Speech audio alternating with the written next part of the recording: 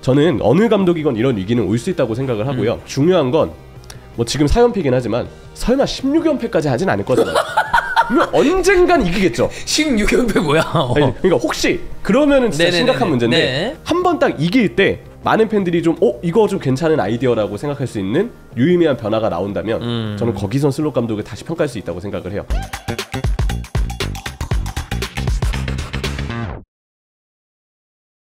(2025년 10월 20일) 월요일입니다. 10시 18분 지나가고 있습니다. 히든풋볼 PL 스타트하겠습니다. 안녕하세요, 박종윤입니다. 안녕하세요, 이세준입니다. 안녕하세요, 임현철입니다. 자, 날씨가 존나 춥습니다. 네. 아까 보니까 10도 뭐 지금 패딩까지는 아니지만 걸쳤어요. 하나 외투도 네. 걸쳤고 자켓이 이제 필요하고요. 네. 축구장은 특히 더 춥습니다. 현장이 덥거나 춥거나 둘 중에 하나죠. 네, 진짜 약간 단짠에 극을 달리는 날씨를 이제 현장에 가면은 축구장 가면 경험을 하는데 네. 직관 가시는 분들 꼭 따뜻하게. 이제 슬슬 축구장은 점퍼가 필요할 거예요. 그죠? 네, 특히 밤 경기 아침은 무조건 패딩 입고 가야 됩니다. 얇은 패딩이나 이런 거 준비를 해가지 않으면은 또 그 환절기라 지금 갑자기 이렇게 추워지면 감기 환자분들이 굉장히 많습니다. 그렇죠. 네. 비염도 많이 네. 제가 좀 많이 시달리고 있어서 비염 고생하고 주원이 형도 이때쯤 되면 또 그 비염약 달고 살 때 있거든요. 네, 저도 어제 바로 먹었죠. 네. 그 어제 노스웨스트 더비 때는 실신 직전이셨잖아요. 좀 살아났나요? 죽을 뻔했습니다. 네. 나 이러다 죽는 거 아닌가? 그 어제 그래서 명언이 있습니다. 뭐죠? 아무림의 백스리가 맨유를 잠든다? 네. 이게 저 정신을 못 잡겠더라고. 네. 네. 그랬는데 그래도 주원이 형은 용케 살아남으셨네요. 네. 리버풀은 죽었거든요. 그렇습니다. 오늘 이제 메인이기 때문에 네. 보이기는 조금 뒤로 네. 하기로 하고 다른 경기들 우리가 다룰 메인 매치들 말고 경기들을 결과만 좀 체크해 보도록 하겠습니다. 브라이튼 뉴캐슬이 2대1로 브라이튼이 승리를 했는데 웰백이 데니 웰백이 나이를 먹으면 먹을수록 더 농익은 모습을 보여주면서 3경기 4골입니다. 그쵸. 멀티골을 이날 또 득점을 했고 네. 사실 웰백이 결정력이 뛰어난 공격수는 아니지만 그건 맞아요. 말씀해주신 것처럼 농익은 것 같아요. 네. 노련해지니까 박스 안에서 어떻게 움직여야 될지 수비 시선을 어떻게 뺏어야 될지 이런 부분에 대한 감각이 지금 진짜 그라운드에서 많이 발현이 되고 있던 느낌입니다.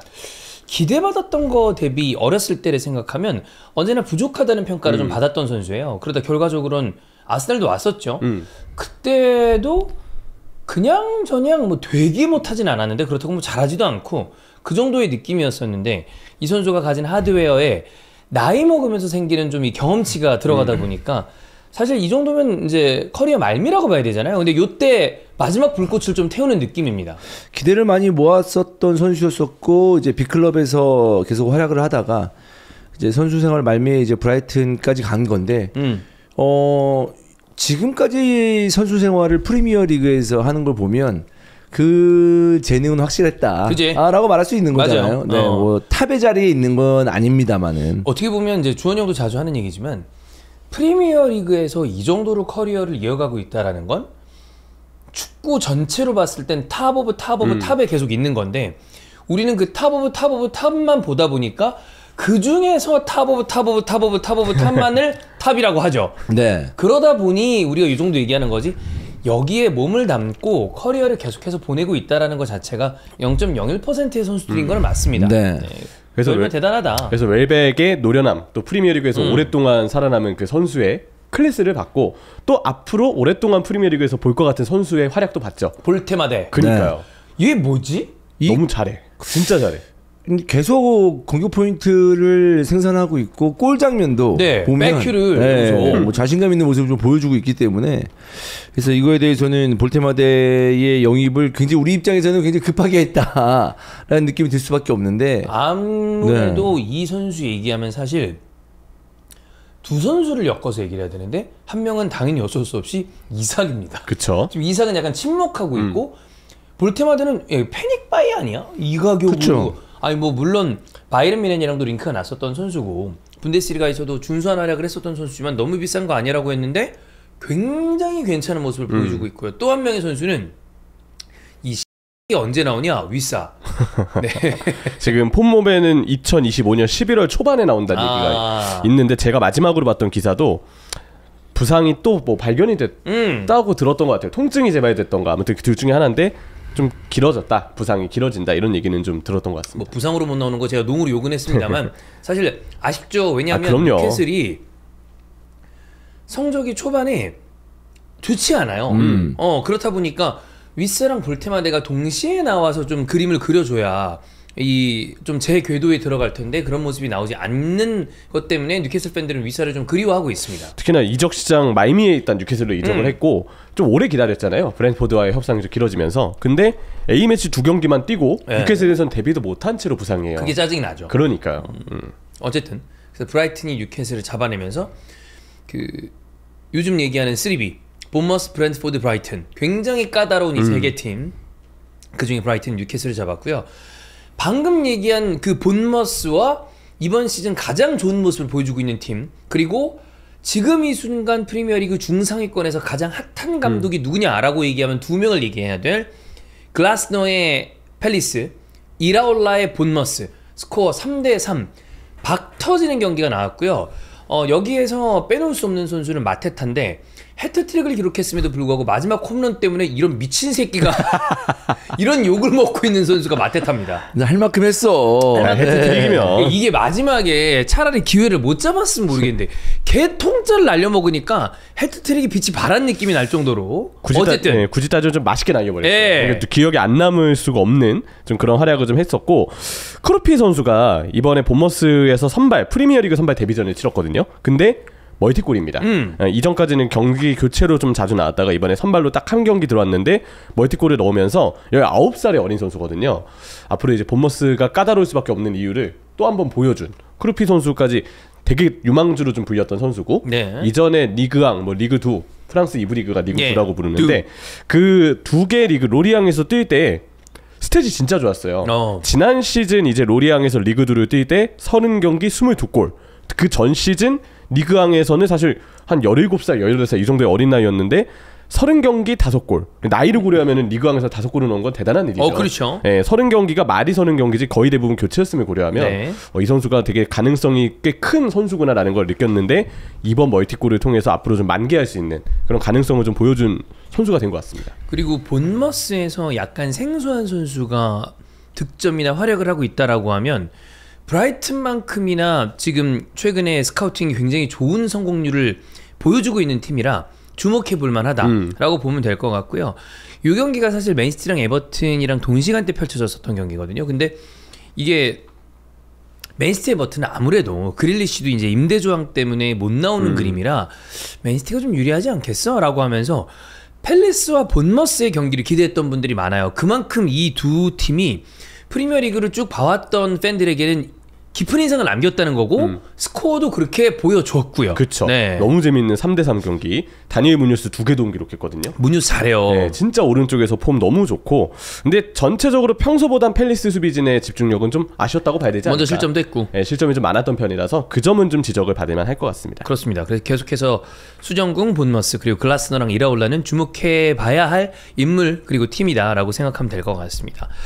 자, 번리 리즈는 이제 승격한 팀들 간의 대결이었는데 번리가 2대0 승리를 거뒀고요. 그리고 썬더랜드, 울버햄튼 올해 강력한 후보군입니다. 네, 많이 좀 힘들어 보여요. 지금 이대로면 또 감독 교체 있을 가능성이 크거든요. 있죠. 네, 그때 어떤 반등을 할 수 있을지. 근데 이제 아니 최근에 재계약을 했잖아. 네. 근데 왜 그랬는지 모르겠어. 이거 계속 가다 보면 어쩔 수 없잖아요. 네. 근데 또 이전처럼 아인누리나 쿠냐처럼 개인 능력으로 좀 반등을 이끌 수 있는 선수도 이제 또 빠졌기 때문에 잘 모르겠어요. 좀 걱정이 많이 되는 팀입니다. 그러니까 웨스트햄이 포터 감독 체제에서 굉장히 많이 힘들렸잖아요. 그렇기 때문에 감독 교체를 했고 그러면 누누가 우리가 알고 있는 어떤 실력을 최근에 보여준 실력을 보여준다면 웨스트햄은 그래도 여기서 벗어나지 않을까라는 생각은 하지만 울버햄튼은 지금 또 다른 변화가 없거든요. 저도 형이랑 똑같이 네. 웨스트햄의 안정감을 조만간 찾지 않을까라는 생각입니다. 근데 얘네는 그러니까 똑같이 16실점을 하고 있는 상황인데 이렇게 많은 골을 실점하는 팀이 변화를 주지 않으면 네. 특단의 조치를 하지 않으면 내려갑니다. 거의 강등이죠. 사실.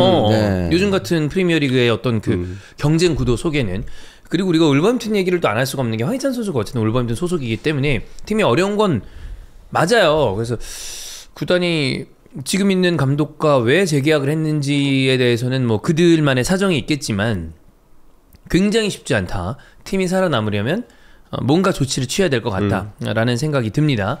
자, 그 다음에 우리가 촬영하는 시간 기준으로는 웨스트햄과 브랜트포드 경기는 아직 치러지지 않았기 때문에 그거는 이제 내일 새벽에 봐야 될 것 같고요. 네, 여러분 이스타입니다. 네, 안녕하세요. 박삐삐입니다. 안녕하세요. 이시동입니다.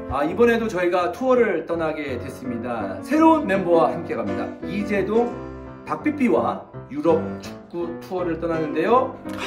벌써부터 설레네요. 여러분들과 함께 아스날 맨시티 경기를 직접 볼 수 있어서 기대를 진짜 많이 하고 있습니다. 아스날 경기뿐 아니라 다른 경기들도 준비되어 있는 투어인데요. 같이 맥주를 마시면서 축구 이야기뿐만이 아니라 이런저런 이야기를 할 수 있는 시간도 준비되어 있기 때문에 더욱더 풍성한 여행이 될 것 같습니다. 아직 신청을 받고 있다고 하니까 여러분들 많은 관심 부탁드리고요. 축구와 함께 하나 되는 그런 여행이 될 겁니다. 많은 관심 부탁드리겠습니다. 자, 그럼 오늘 메인 디시로 들어가도록 하겠습니다. 오늘 새벽에 있었던 노스웨스트 더비가 이번 라운드의 메인 디시였고요.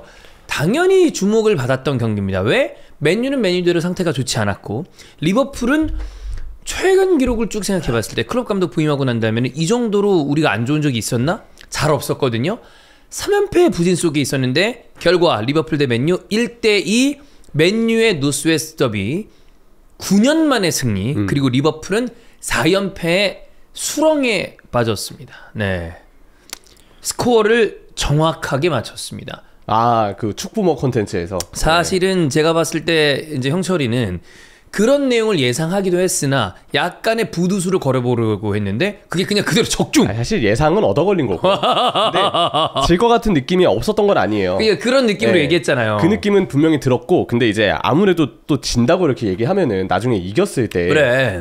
또 많은 팬분 민망하잖아. 야, 너 뭐야? 일부러 얘 가지고 영내발 해가지고 너 이기니까 좋냐 이런 반응이 나올 수도 있고, 또 누군가는 이 팬인데 그렇게 믿음이 부족하면 어떻게 하실 수도 있어서 그래, 그래도 나도 리버풀이 이기길 원하니까 그냥 부두술 같은 느낌으로도 얘기를 해보자 했는데 씁쓸하지만 맞췄네요. 2대1. 네, 그렇습니다. 자, 주원 형이랑 제 이야기는 어느 정도 어제 후토크를 통해서 좀 먼저 들으셨을 테니까 형철이 얘기를 듣고 우리가 같이 얘기를 나눠보겠습니다. 그게 궁금해요. 골대가 지금 3번인가 4번인가로 기억을 합니다. 네, 학포문은 일단 혼자 3번을 맞췄어요. 네, 그러면 그러니까 골대 맞힌 건 분명 불운이에요. 그런 걸 감안했을 때 어제 경기 내용에 대해서 약간의 좋아진 부분이 있다라거나 골대 불운이 아니었다면 이거 진 거는 좀 아쉽다라고 생각하는 쪽인지, 네. 아니면 경기 내용적인 측면으로 봤을 때 개선된 게 별로 없어 보이고 여전히 좀 암울하다 쪽인지 어느 쪽에 가까운가요? 좋아진 부분은 이제 학포의 개인 능력이 그래도 좀 올라온 것 같다. 극초반보다는 좀 더 본인 몸놀림이 좀 가벼워진 것 같고요. 개인적인 폼. 그리고 두 번째 좋아진 점은 이제 안필드 골대 폼 미쳤다. 네. 나중에 이제 상대 팀의 이 슈팅에 그런 활약을 좀 보여주길 바랍니다. 엑구진 이제 리버풀에게 홈팀에게 지금 약간 주인을 잘못 찾은 것 같은데 그거는 안 되거든요. 두 가지 말고는 변한 게 없었어요. 그대로다? 네, 그대로다. 리버풀의 입장에서 경기를 봤을 때 요즘에 가장 답답했던 부분은 미드필더 활용이 빌드업 때부터 아예 안 되고 있다는 점이에요. 크라벤, 마카소보. 네, 이번 경기 때도 맥칼리스터는 공격적으로 그냥 전진을 시켰고 공격형 미드필더의 소보슬라이는 내려오려는 모습을 보여주긴 했는데 이도저도 아니었어요. 위쪽에 올라가 있을 땐 앞을 돌아보는 걸 힘들어하고 좁은 공간에 고립이 많이 되고요. 내려온다고 해도 기본적으로 이 선수는 공격형 미드필더에서 출발을 하기 때문에 마냥 내려와 있거나 빌드업에 관여할 수는 없거든요. 그러면 센터백 2명에 흐라멘베르 1명만 위에 덩그러니 남아있는데 맥칼리스턴 저만치 올라가 있고 소보슬라이는 내려오는데 시간이 걸리고 혹은 내려온다고 해도 상대 압박이 따라다니기 때문에 빌드업에 참여하기는 쉽지 않고 센터백 2명에 흐라멘베르 1명밖에 없는 거예요. 근데 알리송이 빠졌기 때문에 마마르다슈빌리의 빌드업은 알리송이 있을 때보다 분명 답답함이 떨어지죠. 있고 반다이크는 그래도 괜찮지만 코나테가 이번 경기는 패스가 잘 됐는데 평소에 압박받을 땐 코나테도 정신 못 차리는 경우를 많이 봤잖아요. 최근에 안 좋았죠. 오늘은 잘했지만 이번엔 괜찮았어요. 근데 이건 제가 봤을 때 상대 압박이 그만큼 덜했기 때문에 코나테가 볼을 좀 늦게 처리해도 충분히 패스가 나갈 수 있는 그런 상황들이 있었기 때문이라 생각을 하고요.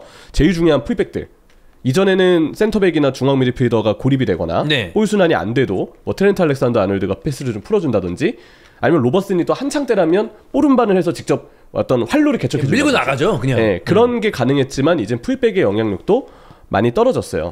케리케스가 왜 일구심을 팬들에게 많이 받고 있는지 이 경기에서 그 스로인 파울 하나로도 전 설명이 가능하다고 좀 맞아요.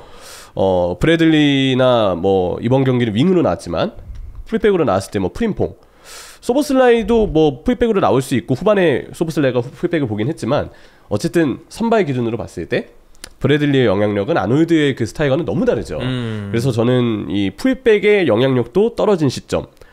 미드필더도 흐라벤베르는 괜찮으나 맥칼리스터를 저만치 올려보내는 상황에서 전술적으로 뭔가 잘못됐다 한참 잘못됐다. 네. 삼선이 그 빌드업이 안 돼요. 후방 빌드업이 안 되고 반다이크 파트너 게히가 아니잖아요. 코나테잖아요. 코나테죠.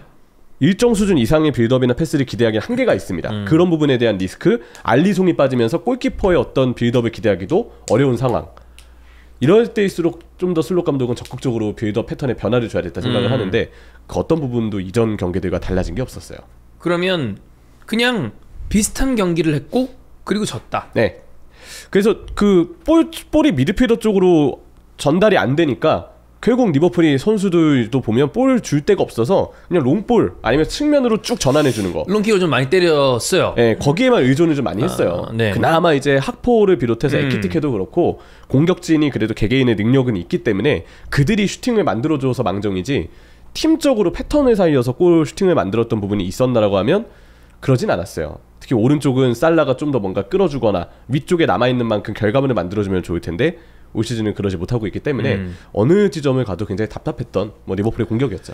이용재 분석관이랑 얘기했을 때 그 컨텐츠를 보면 살라가 빠진 부진의 늪 그리고 트렌트가 빠진 다음에 후방에서 빌드업의 좀 부재 이런 얘기를 주로 했는데 미드필더 라인에서도 이렇게 크라벤 정도를 제외하면 좋은 모습을 못 보여준다라고 하면 이건 형이 봤을 때 리버풀이 당분간은 폼을 좀 올리기가 힘들다라고 얘기할 법한 상황 아닌가요?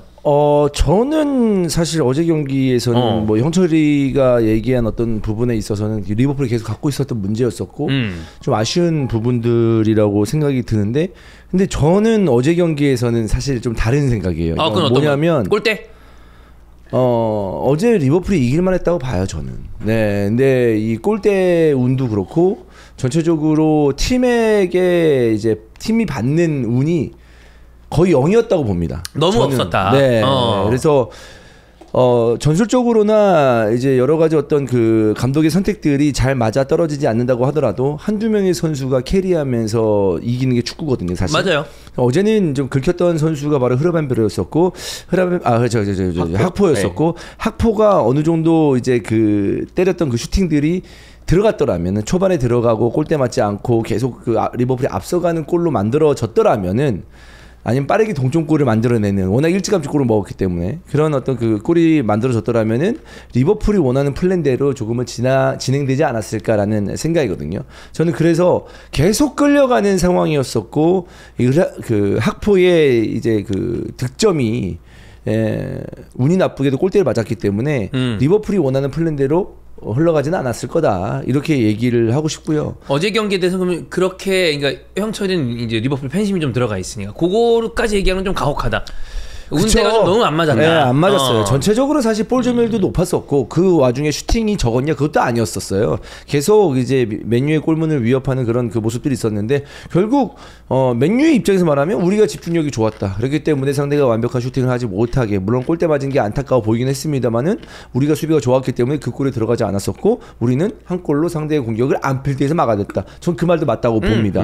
근데 이제 리버풀 입장에서 말씀을 드리고 객관적으로 봤을 때는 이거 리버풀이 충분히 잡을 만한 경기였다라고 볼 수가 있겠죠. 그래서 이런 어떤 그 리버풀이 원하는 플랜대로 계속 이어져 나가고 그리고 이런 그 운이 따라주지 않는 약간 그런 상황들이 나오기 때문에 축구라는 스포츠를 보는 게 아닌가라는 생각이 들거든요. 그래서 저는 그래도 리버풀이 4연패를 당하면서 당연히 비판을 받고 있고 그 와중에 그 이삭도 있고 비르츠도 있긴 합니다만은 어제 경기만 봤을 때는 좀 억울하다, 억까, 약간 이렇게 표현할 수 있는 상황의 여지는 있다. 저도 근데 이 경기만 봐선 주원이 형 말씀이 맞다고 생각해요. 이 경기만. 네, 이 경기만. 근데 이제 문제는 이게 4연승하다가 1패면 이런 날도 있지. 억울하지만 뭐 운이 따르지 않은 거 어쩌겠어. 이거는 좀 변화할 수 있어요라고 하겠지만 연패다 보니까 그래서 더 많은 이제 비판들이 지금 나오고 있는 게 아닌가라는 생각을 좀 해요. 그래서 어제 경기를 보면서 확실하게 이제 깨달아야 된다라는 거죠. 아, 우리 이런 경기 엇가긴 해. 아, 근데 이 엇가당했을 때 뭔가 또 다른 변수가 있지 않았을까라는 것을 좀 뭐 예민하게 좀 생각을 할 필요가 있다. 오른쪽에서 이제 살라가 활약이 굉장히 부진했었는데 이 살라가 이렇게 부진하고 힘들었을 때 과연 다른 측면에 있는 선수들이 도와줄 수 있느냐라고 봤을 때는 전혀 그런 모습을 느낄 수가 없고, 브래들리에게도.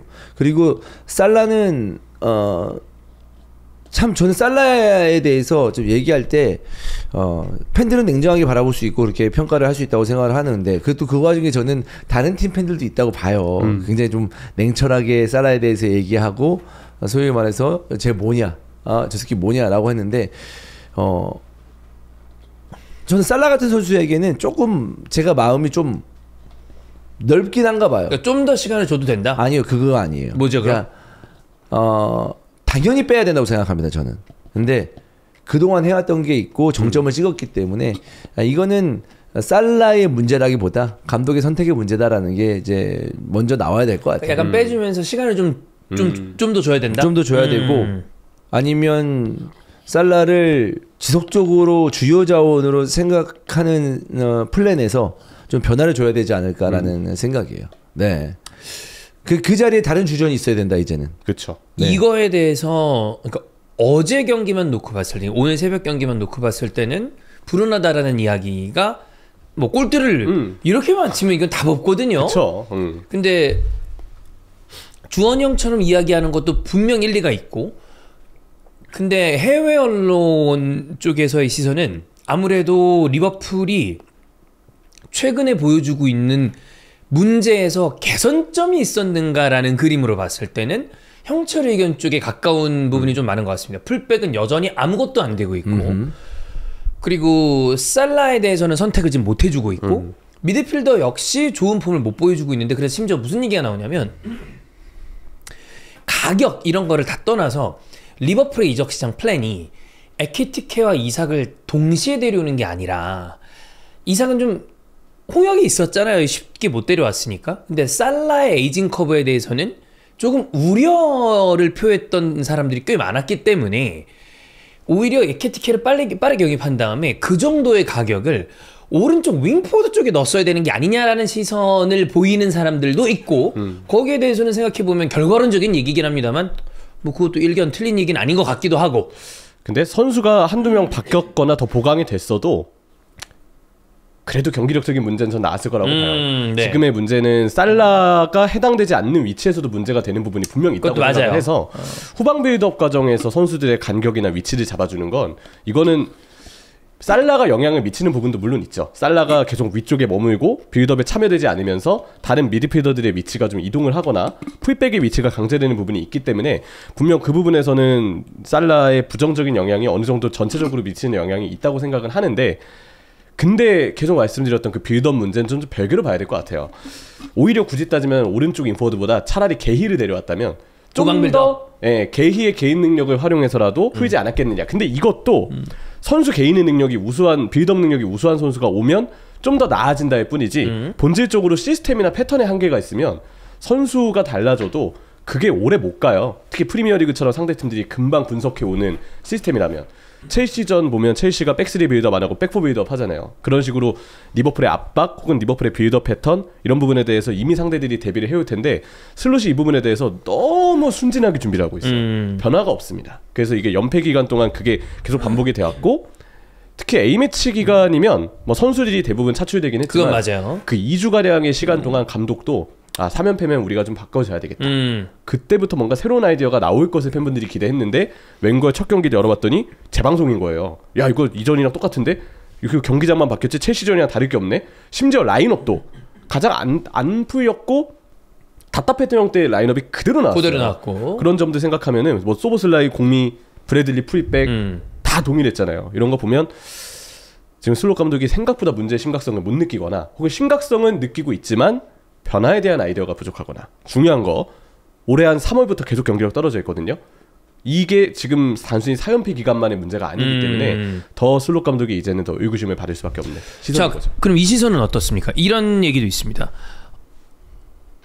지난 시즌 우승은 클롭의 유산으로 만든 우승이고 슬롯은 지난 시즌 그 유산을 받았기 때문에 우승한 거지 사실은 조금 더 검증받을 필요가 있었으나 그냥 그게 잘 운이 좋아 지나간 것뿐. 어찌 보면 클롭이나 혹은 옛날에 벵거 아니면 퍼거슨 감독이 굉장히 장기로 이끌었었던 팀들이잖아요. 그 감독들이 빠지고 난 다음에 홍역을 지금 겪고 있는 거다. 다시 되게 비판적으로 보는 분들은 슬롯은 원래 그 정도까지의 감독은 아니었다.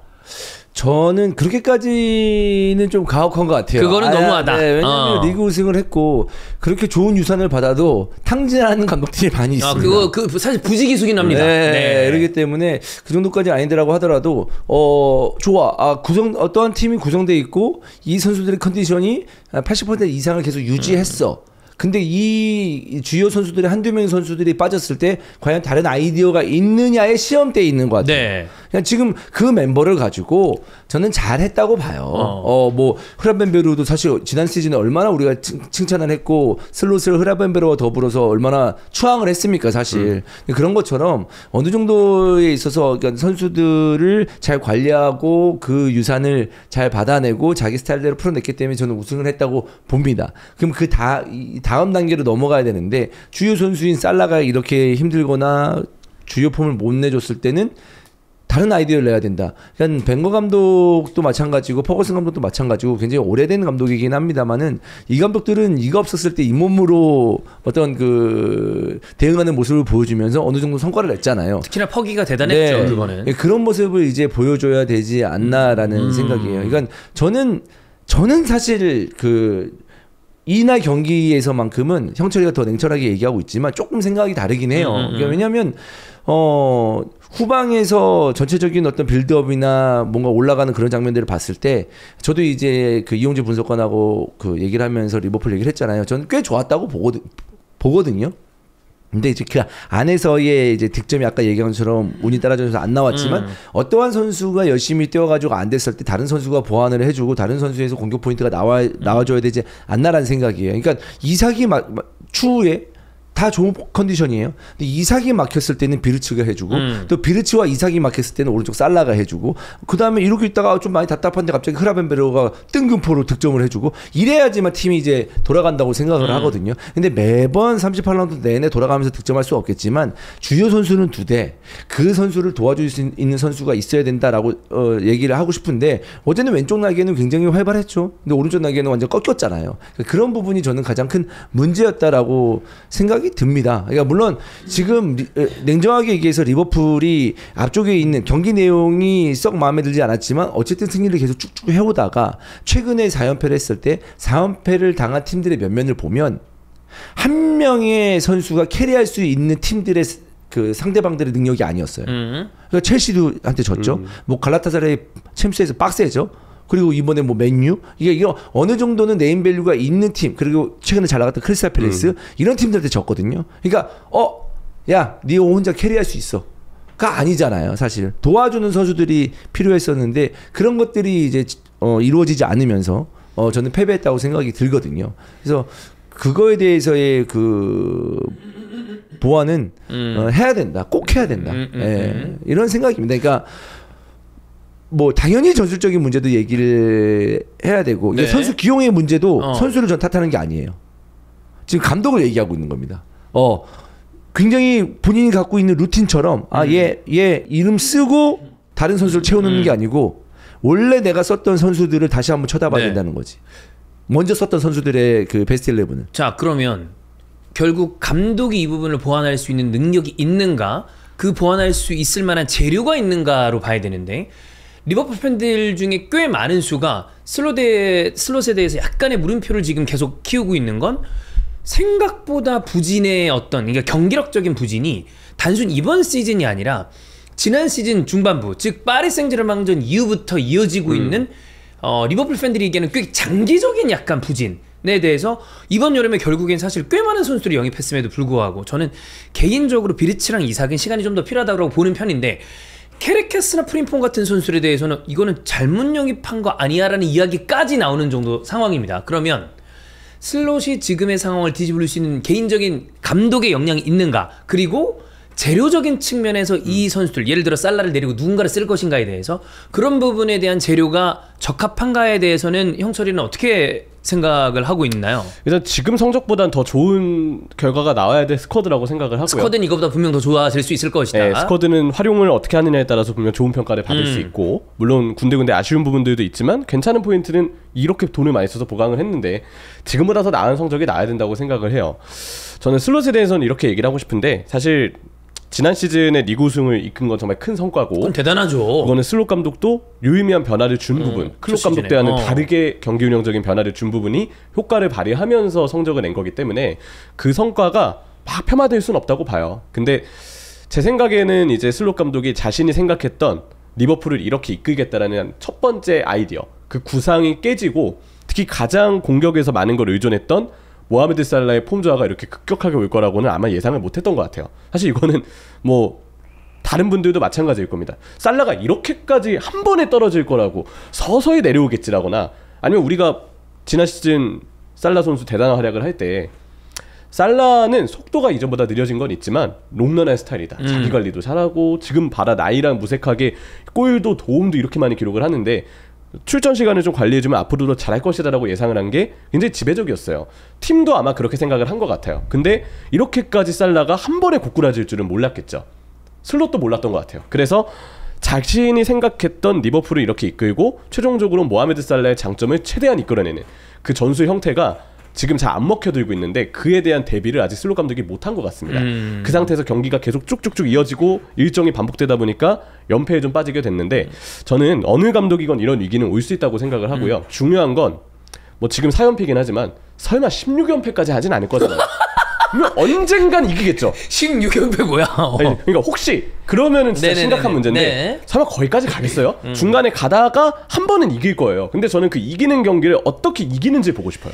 뒤집었을 때 내용이 중요하다. 그러니까 약간 형철이는 뽀록꾸로 이기는 게 아니라 내용을 바꿔가면서 이기면 좋겠다라는 거죠. 그때 그 이겼을 때 어떤 포인트를 슬롯이 잡아왔는지에 따라서 이거 선수발로 이겼네. 그러면 슬롯 감독이 오래가기 힘든 감독일 수 있고요. 근데 만약에 그때 이긴 경기에서 이전의 연패가 6연패가 됐든 뭐 8연패가 됐든 12연패가 10연패 넘으면 좀 심합니다. 심하긴 하네요. 네네네. 어쨌든 좀 더 한두 경기 더 진다고 해도 한 번 딱 이길 때 많은 팬들이 좀 이거 좀 괜찮은 아이디어라고 생각할 수 있는 유의미한 변화가 나온다면 저는 거기선 슬롯 감독을 다시 평가할 수 있다고 생각을 해요. 지금은 아쉽지만 어떻게 보면은 어느 감독에게건 한 번쯤은 올 수 있는 위기라고 생각을 하고 슬롯 감독도 본인 입장에서 봤을 때 예상하지 못한 그 비보죠. 모하메드 살라의 급격한 폼 하락. 예, 그렇죠. 네, 진짜 안타까운 비보입니다. 이거는 여러 정황을 봤을 때 대비가 힘들었을 부분도 있다고 봐요. 이 정도까지는 생각을 못했을 것이다. 네, 근데 이제는 정말 발등에 불이 떨어진 게 맞기 때문에 더 연패가 깊어지기 전에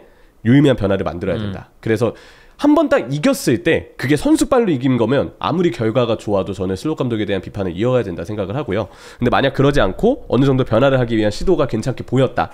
그러면 그래 그래도 지난 시즌 리그 우승을 이끈 감독이고 여전히 슬롯을 길게 보면서 다양한 아이디어를 이 감독이 낼 수 있게끔 시간을 주는 게 맞아. 생각해보면 첫 시즌 멤버도 많이 바뀌었는데 어떤 감독이 우여곡절을 안 겪을까 라는 생각을 할 수 있다고 생각합니다. 네.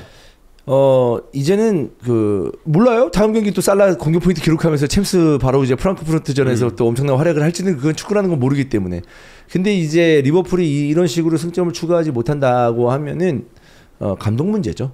이건 살라의 문제가 아니고 살라를 쓰는 감독의 문제입니다. 그렇지. 네. 계속 이 선수만 갖고 탓할 수는 없어. 살라가 지금 계속 출장하면서 계속 이러고 있거든요. 네. 그러면은 한 번쯤 빼야죠. 네, 빼면서 이 자리에 다른 선수를 써보면서 봐야죠. 네. 누적치는 다르지만 당장 비리치는 지금 내리고 있거든. 그러니까 아마 이 선수에게 심리와 시간적인 여유를 주면서 다시금 세팅을 하는 시간이라고 보이는데 그거는 살라도 당연히 대상이 돼야 한다라고 보는 쪽인 것 같고 형철이는 아까 얘기한 걸 종합하면 지금의 상황은 매우 부정적이나 그렇다고 해서 지금 당장 이 감독이 나가야 된다거나 이런 거라기보다는 다시 시간을 주면서 뒤집을 수 있을 만한 반전의 여진이 있을 것이다 정도로. 저는 감히 얘기하자면 비르츠는 이제 올라올 것 같아요. 그러니까 어제 경기에서도 이제 그 아웃사이드로 밀어주면서 네. 그게 이제 넘어오면서 득점이 됐잖아요. 네. 그 박스 좁은 지역에서의 그 정도의 센스, 그러니까 그 박스 안에서 이거 너 밀어주는 게 뭐라고 할 수 있겠지만 선수가 떨어지거나 자신감이 없잖아요.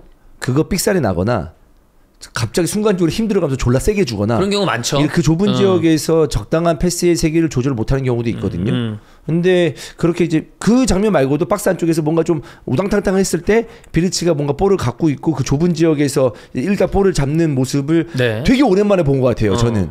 그렇기 때문에 비르치는 굉장히 긍정적으로 보는 편이고 경기는 졌지만 계속 얘기하지만 문제는 살라입니다. 살라는 이날 경기뿐만 아니었어요. 최근에 다른 계속 그래요. 경기에서도 슈팅하는 장면이나 그런 그 모습을 봤을 때 이미 밸런스가 무너진 상태에서 슈팅을 하면서 아예 홈런이 되거나 네. 이상한 쪽으로 나가거나 이번에도 완전 거의 본인이 원하는 대로 공이 비슷하게 가지도 않았죠. 첼시의 홈런 이번에도 날아가는 네. 거 이런 것들이 기억이 나는 게 있죠. 네, 그렇기 때문에 살라를 이제 살라의 자리에서 살라를 빼는 건 당연한 거고 살라의 자리에서 어떤 선수를 쓸 것인가를 벌써부터 고민을 해야 된다. 살라가 있으면서 살라는 수비 가담을 많이 안 하잖아요. 이날 경기는 흐라벤베르가 그래서 오른쪽 커버하느라 되게 바빴어요. 네. 흐라벤베르가 커버를 안 했으면 분명 브래들리가 수적 열세에 빠져서 리버풀의 오른쪽이 정말 말 그대로 박살이 났을 겁니다. 그러니까 3선의 한 명이 미드필더 중에 한 명이 희생을 해서 오른쪽을 커버할 수밖에 없는데 그러니까 3선의 숫자가 되려 줄어들면서 밸런스가 무너지는 상황이 발생을 하거든요. 압박에 대한 참여가 안 되는 것, 수비 가담에 대한 참여가 안 되는 것 때문에 정말 많은 부분에서 리버풀의 밸런스가 좀 휘청이고 있어요. 네. 그래서 살라는 저도 지금 상황에서 오랫동안 계속 위험을 감수하면서까지 쓸 이유는 없다고 생각을 하고 뭐 지난 시즌 후반기부터 사실 살라는 폼이 좀 떨어져 있었고 네. 근데 어떤 의미에선 저는 그게 리그 우승을 좀 조기에 확정하면서 긴장감이 떨어진 부분도 영향을 좀 그 시간에 주었을 거라 생각을 해요. 그것도 맞아요. 그래서 슬롯 감독이 심각하게 바라보지 않았을 수 있는데 올 시즌은 진짜 다릅니다. 네. 좀 심각한 상황이기 때문에 이제는 진짜 바뀌어야 된다. 거듭 얘기 드리지만 진짜 변화가 있어야 돼요. 주중에 프랑크푸르트 원정 가고 그 다음에 경기를 브랜트포드랑 하는데 브랜트포드는 리버풀 선수들이 또 많은 흔히 우리가 농담 삼아 얘기하는 리버풀 이중대에 가까운 팀입니다. 여기서는 리그에서 연패는 끊어야 됩니다. 챔스는 오케이 그렇다 치더라도 리그에서는 아까 얘기한 것처럼 과감한 선택이 있어야 된다거나 내용적으로 좀 바뀐 모습의 승리를 해야 분위기를 뒤집어 놓지 지금은 넉점 차예요. 근데 프리미어리그 요즘의 경쟁 구도를 보면 여기서 한두 번 더 승점 드롭하면 이거 그냥 아예 조기에 끝나버리는 수가 생깁니다. 그래서 그러니까, 빨리 분위기를 잡아야 됩니다. 그러니까 슬롯 감독도 좀 난감할 것 같습니다. 그러니까 이 감독도 젊은 감독이라고 볼 수가 있는 거잖아요. 그죠? 네, 근데 다른 선수도 아니고 아마 어떻게 베스트 11을 보면서 자기가 무조건 붙박이라고 생각하는 주전들이 있고 그 선수를 중심으로 이제 전술을 짰을 거 아니에요. 먼저 쓰는 사람. 네, 그 와중에 살라와 빌치는 무조건 있었을 텐데. 그렇지. 빌치를 보면서. 네. 초반에 두 개가 완전히 그걸 못 써버리니까 그러면서 계속 연패를 박으니까 그리고 이겨야 될 팀을 당연히 이겨야지만 우승할 수 있는 그 경기에서 뭐 첼시나 뭐 맨유나 이런 팀들을 못 잡아버리니까 좀 굉장히 난감하지 않을까 라는 생각입니다. 자, 리버풀은 이 정도로 약간 내용적으로 그리고 결과적으로 흐름이 안 좋았었던 거는 기록으로 봤을 때도 되게 옛날이에요. 막 브랜단 로저스 때라거나 아니면 그 2016년이면 맨유 반할 때 이럴 때거든요. 근데 그때가 제가 기억하기로 클럽 부임 시즌인데 중도 부임을 했기 때문에 아직 자리를 못 잡고 있었던 상태였습니다. 물론 빠르게 팀을 궤도에 올렸습니다만 뭐 다시 생각합니다만 이럴 때일수록 슬롯을 내리는 게 아니라 클럽이 얼마나 위대한 감독이었는가는 시간이 지날수록 다시 생각이 되는 부분이 많습니다. 네, 특히나 사이드백을 활용하는 측면에서 전 리버풀 하면 생각나는 거는 살라도 있었고 뭐 중앙 미드필드도 있었지만 언제나 로보앤 트렌트가 있었거든요. 근데 그 둘이 다 바뀌었고 바뀐 선수들에 대해서 지금 전혀 좀 갈피를 못 잡고 있는 느낌이라 이게 빨리 안정돼야 되지 않나라는 생각도 드는 리버풀이다. 근데 저는 사실 리버풀에게 그래도 긍정적으로 보는 건 뭐냐면 바뀔 수 있는 여지는 충분히 있습니다. 있다. 네, 왜냐하면 선수가 아예 없는 게 아니기 때문에 그렇죠. 그리고 선수의 실력도 굉장히 뛰어나기 때문에 그러니까 전술적인 어떤 우리가 얘기해야 될 딱 봤을 때의 어떤 분위기, 흐름 이런 것만 바뀌어도 저는 괜찮다고 보거든요. 그러니까 지금 뭐냐면 이제 리버풀은 어쩌면 좀 더 압박을 거세게 하고 기동력을 살리는 축구를 해야 될지도 모른다. 그럼 이제 다시 약간 예전으로 가는 건데. 라는 생각도 드니까 뭐 예전으로 가라 이 얘기는 아니지만, 그러니까 좀 더 아예 스타일을 아예 변모하는 팀으로 만들어야 될지도 모른다라는 생각이 드는데 그러면 또 팀이 좀 젊어지긴 해야 되거든요. 네. 근데 지금 생각해도 이제 앞에 살라로는 안 될 것 같고 뒤에 또 반다이크도 나이도 있고 반다이크도 나이가 있어요. 근데 다른 선수들은 그래도 좀 뛸만해요. 네, 나이적으로 봤을 때 좀 더 열심히 뛸 수 있는 나이긴 해. 네. 전설의 햄밀둠이 다시 필요할 수 있겠네요. 아, 그렇죠. 햄밀둠 내지 햄파둠. 진짜 네. 햄밀둠 때는 개싸움하는 선수 3명이 이 딱 중앙에 있다 보니까 언제나 리버풀이랑 하는 경기들은 너무 부담된다. 막 볼을 되게 잘 찬다 이 느낌보다 경기 삑 하는 소리서부터 끝날 때까지 뛰어다니면서 중앙을 지배를 하는 스타일의 팀이었었잖아요. 그 2017-18 시즌 때 맨시티 무패를 저지했던 게 리버풀이었죠. 맞아요. 챔스에서 또 그때 맨시티에게 잘했고 네. 그때가 물론 그 경기는 사실 챔벌린이 선발로 나왔던 경기긴 한데 그러니까 햄밀둠이라고 부르는 그 시기 때 그 전술이 있잖아요. 중앙 미드필더가 개싸움을 하고 그죠. 풀백을 올리고 사이드백. 윙포워드가 안쪽으로 좁히는 측면 위주의 공격 전개 그리고 정말 빠른 개겐 프레싱에 가까운 압박 전환 이 특징이 가장 잘 드러났던 경기들이 저는 그 시즌의 맨시티전이었다 생각을 해요. 그래서 뭐 지금 멤버대로 그 축구를 하려면 사실 많은 변화가 필요하죠. 그죠. 일단 필연적으로 비르치는 거 그냥 공격 만 해야죠. 올려야 돼요. 네. 3톱에 한 명으로 그럼 배치를 해야 되는 게 맞고 근데 뭐라도 좋으니 일단 다양한 시도들을 해봤으면 좋겠어요. 똑같은 수단 계속하면 파이법이 이미 다 드러나버린 리버풀이기 때문에 그게 좋지는 않을 것이다. 뭐 어떤 방식으로든 변화는 필요하다고 봅니다. 그러니까 감독이 어떤 시즌을 준비했을 때 1차적으로 생각했던 그 흐름 아니면 플랜 깨졌습니다. 네, 깨졌어요. 이건 깨졌어요. 안타까운 일이에요. 맞아요. 너무 깨졌어. 일찍 깨졌어요. 이기 때문에 생각해놓은 플랜 B, 플랜 C 있겠죠. 뒤집어야죠. 아니면 플랜 B, 플랜 C 없다? 근데 그 플랜 B, 플랜 C 안에 무조건 또 살라 비리치가 있었다? 네. 깨야죠. 깨고 지금 빨리 만들어야 됩니다. 새 판을 시즌 중에 짜야 된다라는 생각으로 경기를 임해야 될 리버풀이 되겠고요. 자, 몇몇 개 읽어드리겠습니다. 아모림에게 정말 중요한 순간이다. 안필드 승리는 정말 중요하다. 맨유가 승리하기에 완벽한 장소. 이 승리가 시작이 되도록 해야 되고 브라이튼전에 져서는 안 된다. 맨유는 탑 6의 스쿼드를 갖췄다고 생각한다. 유럽 대항전 리그컵도 없다. 밀고 나가야 된다. 게리 네빌이 한 말이었고요. 지금 아모림의 승리 이후에 맨유는 지금 분위기가 당연히 완전 올라올 수밖에 없는 상황입니다. 누가 아모림 좀 불러달라. 키스를 갈기고 싶다. 피터 슈마이켈 어제 와 있었죠. 네. 그다음에 로리 위티엘 같은 경우에는 2016년 이후 첫 안필드 원정 승리. 이게 아까 얘기 드렸던 반할 때의 얘기인데 안필드에서 엄청난 고통을 그들에게 안겨줬다. 팬들은 아모림 감독의 응원가를 부르고 있다. 맥과이어도 자신의 연호를 만끽하고 있다. 아마 그 당시 현장 상황을 얘기하는 것 같고요. 아모림도 고무적으로 이 본인의 이 상황을 생각을 하는지 내 커리어 최고의 승리가 이 경기냐? 아니다. 다음 경기 브라이튼전이 되길 바란다. 그러면서 한번 이렇게 딱 잡고 가는 그런 모습이었습니다. 선수들의 투지, 그 다음에 공이 있을 때도 없을 때도 투지가 없으면 이길 수가 없고 투지가 있으면 이길 수가 있는데 선수들이 투지를 보여줬다라고 얘기를 했고 맥과이어 선발 비판할 줄 알았다. 나는 그러나 세피스가 얼마나 중요한지 알고 있었다라 그러면서 맥과이어의 득점 본인이 맥과이어 선발 기용한 것까지 본인이 또 추켜 세우면서 아모림이 지난 시즌 중도에 부임을 했잖아요. 35경기 만에 2연승 처음 연승했습니다. 연승이 처음이니까 분위기 올릴만 하죠. 네. 상대가 리버풀이니까. 더군다나 안필드였기 때문에. 근데 저는 근데 이제 그 맨유 팬들에게 미안합니다. 네. 이 승리에 제가 초를 치려고 하는 건 아니지만 네네. 아까 얘기랑 똑같아요. 저는 맨유가 썩 잘했다고 생각하지 않습니다. 이거 이겼다고 크게 달라지거나 좋아하면 안 된다. 네. 사실 그거예요. 이렇게 즐거운 인터뷰를 할 수 있고, 근데 이걸로 인해서 팀 분위기 바뀌고 아모림이 자신감을 얻으면서 상승세를 탈 수 있죠. 그거는 완전 인정이죠. 근데 시즌을 치르면 이런 경기도 있어요. 우리 잘 못했는데 운빨 좋았다. 와, 운빨 존만게 막 이러면서 우리 진짜 가자. 이걸로 이렇게. 가자. 당연히 해야 돼요. 당연히 해야 되는데 이걸로 봤지.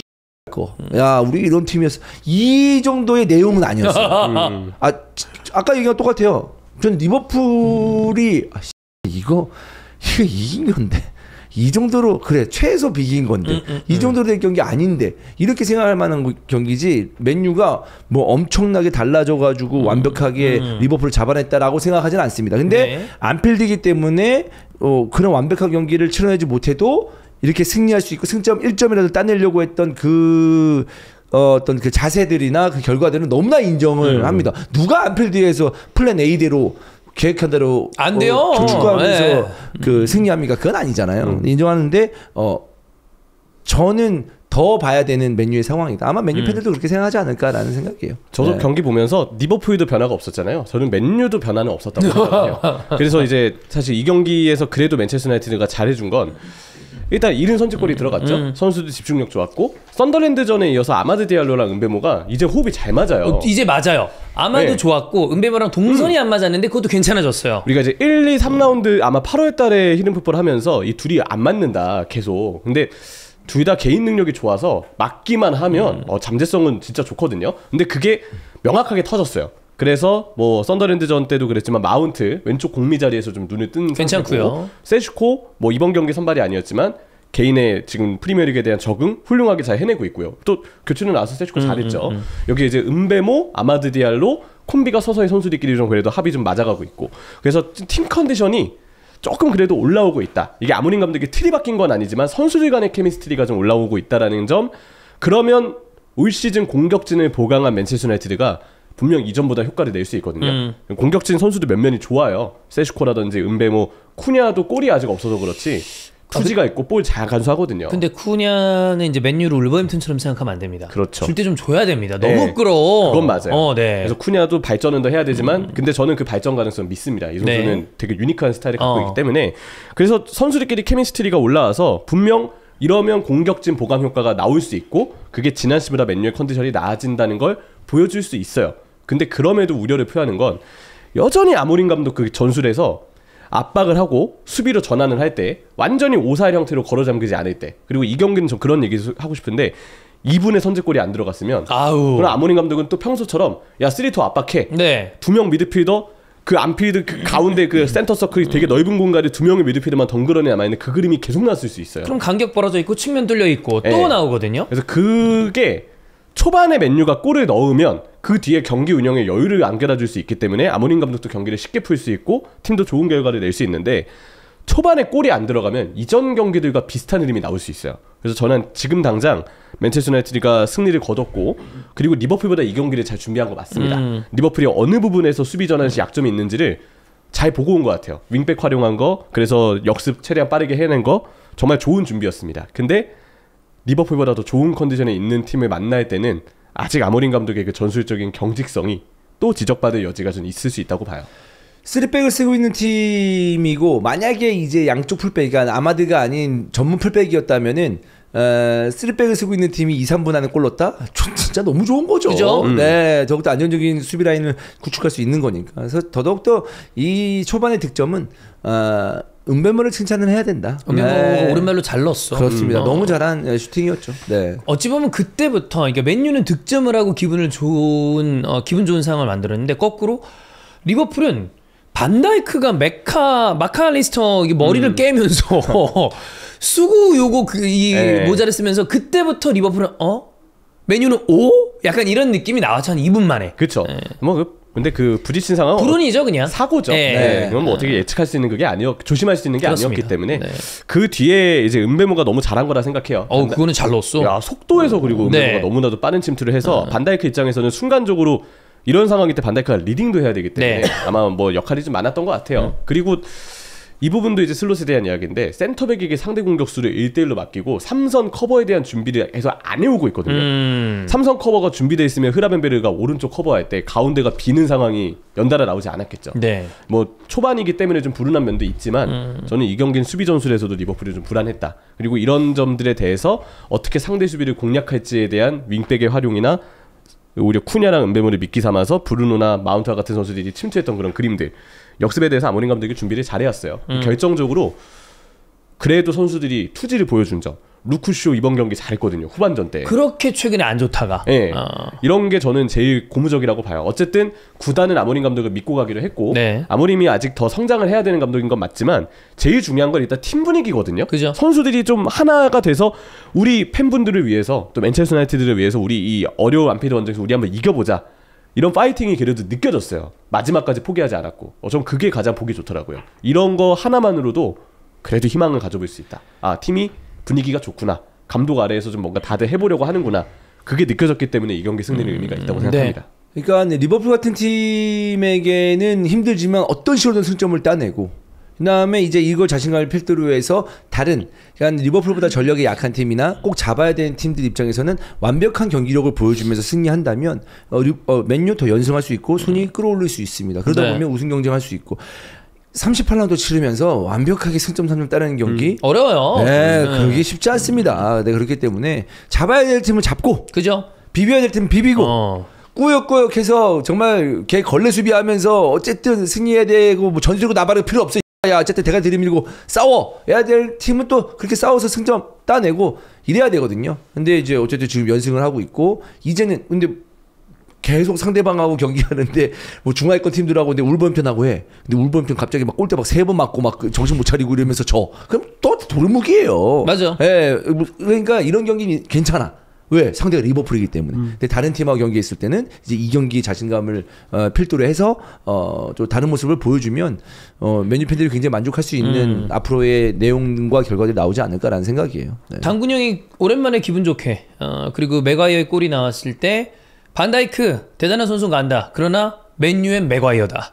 맨유엔 맥과이어가 어울린다. 라고 얘기를 하면서 최근 6골을 넣었는데 최근 6골 다 넣은 게 아니죠. 최근에 들어갔던 6골을 기록을 해보면 동점골, 극장골, 결승골, 동점골, 극장 동점골.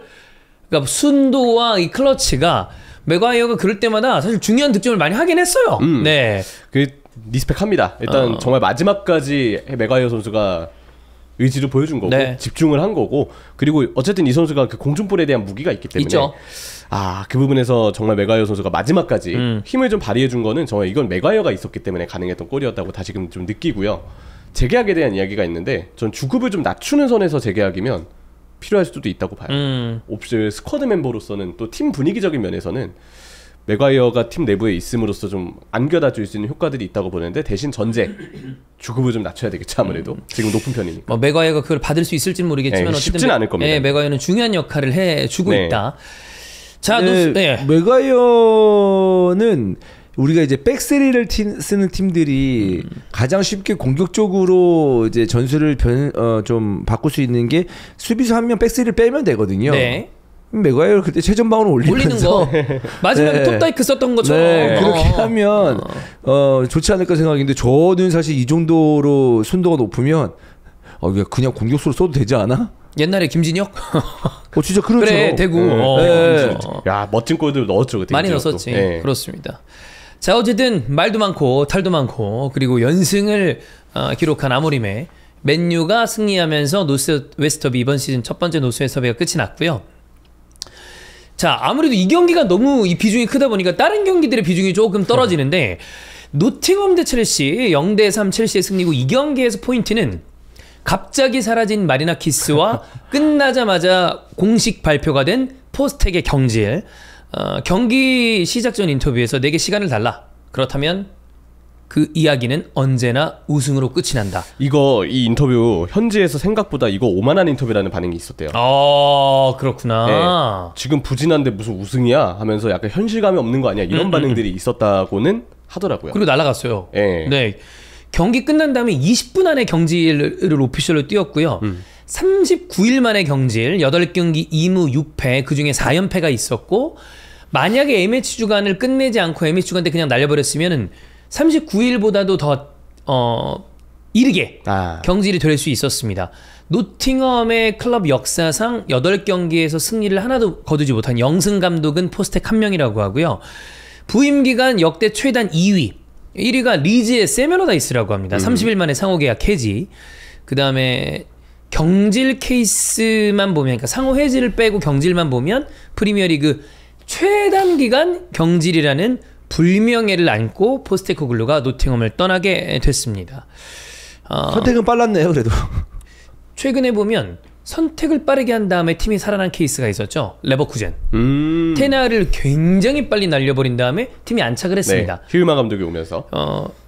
사실 안 해도 되는 병을 마리나키스가 한 거기 때문에 뭔가 싶긴 합니다만 일단 빨리 날린 건 잘한 거긴 해요. 근데 이제 사실 그런 것도 있어요. 그러니까 구단주와 감독관 또 디렉터의 철학이 맞지 않으면 사실 이제 빨리 갈라서는 것도 나쁘진 않아요. 근데 그러니까. 몰라요. 누누 감독이 어떤 생각을 가졌는지 모르겠으나 누누가 해준 성과가 있는데 이제 지난 시즌 그거에 대해서 이제 누누 입장에서도 뭔가 이제 인정을 받지 못하니까 갈라서지 않았을까? 뭐 저기 먼 타국에서 일어나는 일을 제가 어떻게 알겠습니까? 네. 근데 그런 성과를 있는 감독을 자를 정도면은 뭔가 있긴 있겠죠. 전체적으로 뭐 이렇게 팀을 운영하는 데 있어서. 근데 그 다음 됐고 오케이 감독하고 구단하고 철학이 안 맞으면 갈라설 수 있어. 잘 나가도 갈라설 수 있어요. 예를 들어서 노팅엄 우리는 잔류만 하면 돼. 근데 중위권 이상의 성적을 냈네. 와 근데 진짜 90분 내내 수비만 해. 정말 예를 들어서 계속 수비만 하고 수비면 진짜 재미없는데 성적은 이 정도. 야 근데 이거는 우리 구단하고 맞지 않다. 아무리 성적도 성적이지만 이건 아니다. 좀 더 다른 축구를 보여주면서 이 정도의 순위를 낼 수 있지 않을까라고 고민을 하면서 그럼 감독을 한번 바꿔볼까? 뭐 이런 식으로 체질 개선을 할 수도 있는 거잖아요. 정확하게 있었죠. 네. 레알 마드리드. 파비오 카펠로 감독을 부임시킨 다음에 우승했습니다. 근데 수비만 했거든요. 레알 마드리드의 철학과 맞지 않는다. 바로 날아갔습니다. 그렇지, 뭐 그런 느낌처럼. 레알이랑 노팅엄이랑 비교하는 건 좀 무리가 있습니다만 어쨌든 그런 느낌처럼 이제 뭐 근데 아니야 우리는 그래도 강등당할 뻔했는데 뭐 일부 리그에서 어떤 식으로든 몇 년 살아남아야 재정적으로도 안정이 되고 이렇게 해야 돼 라고 하면 또 그런 감독 계속 있을 수 있는 거고. 그러니까 여러 가지로 철학이 안 맞아가지고 감독이 나가리 됐었을 때는 다른 감독을 데리고 올 수 있다고 봐요. 근데 그 다른 감독을 데리고 왔을 때 이제 성과를 못 내면 이렇게 이렇게 되는 거고. 그리고 그냥 니네들끼리 감정 싸움 뿐이고 팀의 어떤 미래를 보고 감독을 내친 게 아니라면 구단주나 디렉터가 비판을 받을 수밖에 없죠. 그냥 혼자 본인 거라고 생각하고 이거는 지랄한 거다라고밖에 생각이 안 되죠. 그리고 이 사람의 여태까지의 전적이 너무 괴팍하게 행동하는 감정적으로 행동하는 경향이 있었기 때문에 좋게 보는 시선은 별로 없었고요. 그렇죠. 선수들도 동요를 했을 거고. 그 감독의 성향이 극과 극으로 바뀐 거잖아요. 네. 수비적인 축구의 누누랑 그죠. 공격적인 축구의 포스테코글루랑. 그러면 아예 성향이 다른 감독을 데려올 거면 비시즌 기간에 감독이 교체했어야 됐다고 봐요. 그래서 트레이닝 기간 주고. 네. 비시즌 기간이라는 게 휴식기가 아니고 그냥 아예 시즌 개막 전. 그러니까 프리시즌 완전 프리시즌부터 통으로 팀 철학을 입히고 선수 영입에도 좀 참여하고 그런 시간을 줄 수 있으면 철학이 완전히 바뀐 감독. 그래서 우리는 공격적인 축구를 하겠다라고 이야기가 명분이 생기겠지만 시즌 중에 바로 와서 철학을 바꾸고 체질을 바꾼다라는 게 새로 오는 감독에게도 이건 실례거든요. 어렵죠. 네, 그래서 이거는 포스테코글루도 부임한 타이밍이 좀 좋지 않았던 거니까. 그리고 이런 선택을 한 건 마리나키스가 책임을 져야 된다라고 봅니다. 저는 이 작금의 사태에 대해서는 마리나키스 구단주의 책임이 더 크다고 보긴 하나. 포스테코글루 감독의 지난 시즌 토트넘 유로파 우승을 제외한 리그 17위 그리고 8경기 2무 6패로 경질. 본인의 커리어에 커다란 흠집이거든요. 프리미어리그에서 다시 감독을 하기는 쉽지는 않아 보입니다. 리그 5경기 한 골에 그쳤던 기간도 있었고 총 8경기 18골 실점, 무실점 경기 전무, 세트피스 수비에서 좀 반복적인 약점이 노출됐고 이런 얘기들이 많죠. 저는 이 경기는 그 노팅엄 선수들이 약간 그런 느낌도 있었어요. 야, 우리 감독 바꿔보자. 사보타주를 한 게 아닌가라는 생각이 들 정도로. 왜냐하면 첼시가 초반에 아첸퐁이랑 찰로바랑 미스가 되게 많았어요. 너무 흔들렸어요. 이때 통짜로 온 기회에 한두 골 들어갔으면 저 첼시 되게 위험했다고 봅니다. 그러면 한두 경기는 좀 더 가지 않았을까라고 생각되는 장면들이 있었는데 그때 결국엔 다 날아갔고, 그리고 첼시가 바로 카이세도를 후반에 투입하고 그러면서 경기를 바꿨기 때문에 그리고 설사 이 경기를 잡았다 하더라도 포스텍이 오래 갈 수 있었을까라고 물어본다면 그건 또 아닌 것 같습니다. 새롭게 지금 이야기되는 감독은 굉장히 많은데 션다이치가 여전히 가장 유력한 감독 후보군이라고 얘기가 나오고 있고요. 그리고 만치니 감독 얘기 나왔고요. 이미 올림피아코스에서 한번 연을 맺은 바 있었던, 그리고 풀럼에서 꽤 괜찮은 성적을 내고 있는 마르코 실바도 후보군에 있다라는 얘기가 있고, 브렌단 로저스 얘기도 나오고 있습니다. 저는 개인적으로 션다이치가 되지 않을까라고 개인적으로는 봅니다. 쉽죠 지금. 아무래도 누군가 풀럼에서 바이아웃이 있다 하더라도 지금 재임하고 있는 감독을 데려오는 건 너무 어려운 일이고, 그렇죠. 만치니는 개인적으로는 조금 돈을 줄 수 있다 하더라도, 만치니는 연봉이 고연봉자니까 솔직하게 얘기하면 좀 체급이 안 맞는 느낌도 좀 있고, 마리나키스가 다루기 힘들어할 것 같아요. 너무 거물이야. 거물이에요, 진짜. 그런 유로 우승 감독인데. 그쵸. 그런 거 생각하면 션다이치가 맞긴 하겠지만, 대신 이제 션다이치를 선임한다 그러면 굳이 포스테코글루를 데려오면서 시도했던 철학적인 변경의 시도, 물거품이 되는 거거든요. 이도저도 아니게 되는. 그죠. 물론 지금 이미 이도저도 아니게 된 상황이 된 것 같긴 하지만 뭐 그런 부분에 대해서는 고민이 좀 설 수 있긴 하겠죠. 네. 어쨌든 카이세도 들어오면서 경기는 완전히 바뀌었고요. 이 경기의 포인트는 내용도 내용인데 첼시의 새로운 팀 컬러 6경기 5명 퇴장 그리고 4연속 퇴장 네. 포지션별로 퇴장당하고 있습니다. 맨유전 산체스 골키퍼 그 다음에 컵대회 한 경기 쉬었고요. 브라이튼전 찰로바 수비수 퇴장 리버풀전 마레스카 감독 퇴장 노팅엄전 귀스토가 이날 미드필더로 나왔기 때문에 미드필더 퇴장 그러니까 고루고루 다 퇴장당 주앙 페드로도 퇴장당했고 너무 많이 퇴장을 당하고 있습니다. 그래서 이거는 그 이제 세구아 온리펜스에서 세구아가 얘기하기를 이거 버릇든 거다. 아스날도 이런 적이 있었거든요. 이거 누가 잘라줘야지. 이렇게 퇴장 많이 당하면 이게 사실 아마 첼시 팬들은 이겨서 다행이라고 생각합니다만 좀 짜증날 거예요. 이거 되게 기분이 별로 좋지 않습니다. 이거 이제 퇴장 당하면 뭐 규율 같은 거 많이 엄격하게 해야 되지 벌금을 않을까요? 세게 잠깐 물리든지 해야지. 뭔가 벌을 좀 내려야 그래야 귀스토 이거 퇴장 당한 거 좀 되게 어리석은 퇴장이라고 봤어요. 이거 안 해도 되는 걸 왜 이따 이거를 퇴장을 받아? 아니 3대0 상황에서 네. 왜 볼에 그렇게 도달되지도 않은 위험한 타이밍에 태클을 하고 본인도 인정하는 듯이 그냥 가더라고요. 왜 그랬을까 싶어요. 퇴장에 대한 규율을 좀 엄격하게 해야 되지 않을까. 근데 경기 전에 뭐 라커스 얘기하는 거 아니에요? 야 오늘 누구냐? 오늘 누구 차례냐? 누가 이제 총대 매느냐? 너야? 오케이 가자. 접니다. 가자. 야 우리 팀 스피릿 보여줘. 거 이러면서 오늘은 귀스토야 오케이 그러면서 약간 미신을 믿는 거 아니에요? 한 명을 약간 뭐 유리한 카드처럼 한 명을 제물로 바쳐서 네. 뭐 누구 뭐 이렇게 소환하는 뭐 약간 이런 느낌 승리를 소환하는 것처럼. 그렇습니다. 그리고 기유가 조금 나쁘지 않았다 정도 보면 될 것 같은데 이제 어느 팀이든 주축 미드필더가 빠지면 경기가 어려운 게 맞는데 엔소랑 카이세도가 둘 다 빠지다 보니까 경기를 전반에 되게 어려워하더라고요. 근데 카이세도 빠지면 안 될 것 같아 첼시.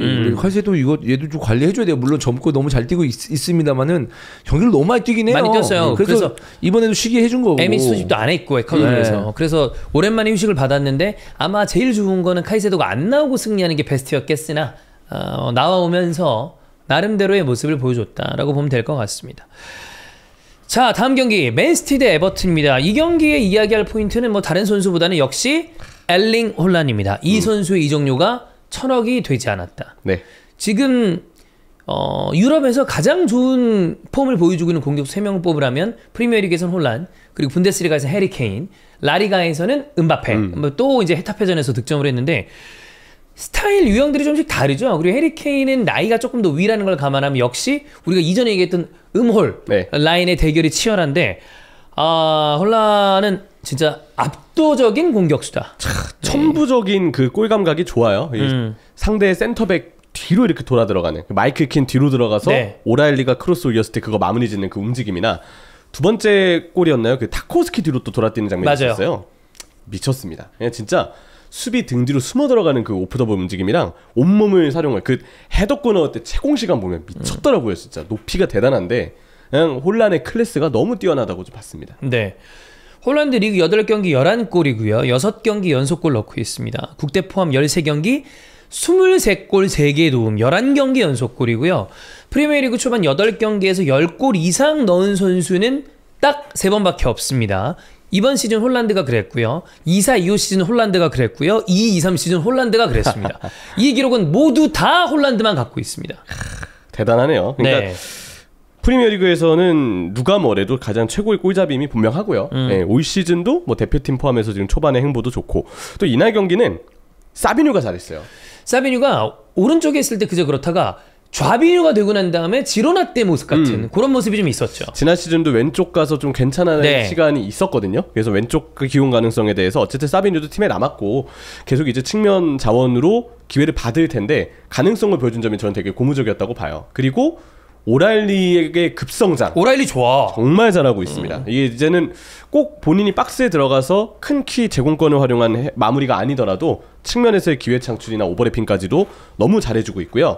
에버튼이 이제 4-4의 수비를 좀 하기 위해서 수비 대형을 갖추는 모습들이 있었는데 맨시티가 전환을 그때그때 너무 잘해줬어요. 상대가 중앙으로 몰려들었을 때 측면의 넓은 공간에 이 빠르게 볼을 투입하면서 그 자리에서 혼란을 활용하기 위한 마무리에 대한 패턴 준비가 너무 잘 됐던 경기가 아니었나. 그 과정에서 사비뉴도 저는 되게 좀 돋보였던 활약을 했다고 생각합니다. 그리고 필포든 이번 시즌에 완연히 좋아진 모습을 보면 마치 다비드 실바 같은 모습 왼발 또 크지 않은 체구 그러나 유리한 기술 이런 거 생각하면 리버풀 팬들도 올해 이 정도로 나빠지기 전에 사실 아스날보다 얘기했던 팀들은 항상 그거였어요.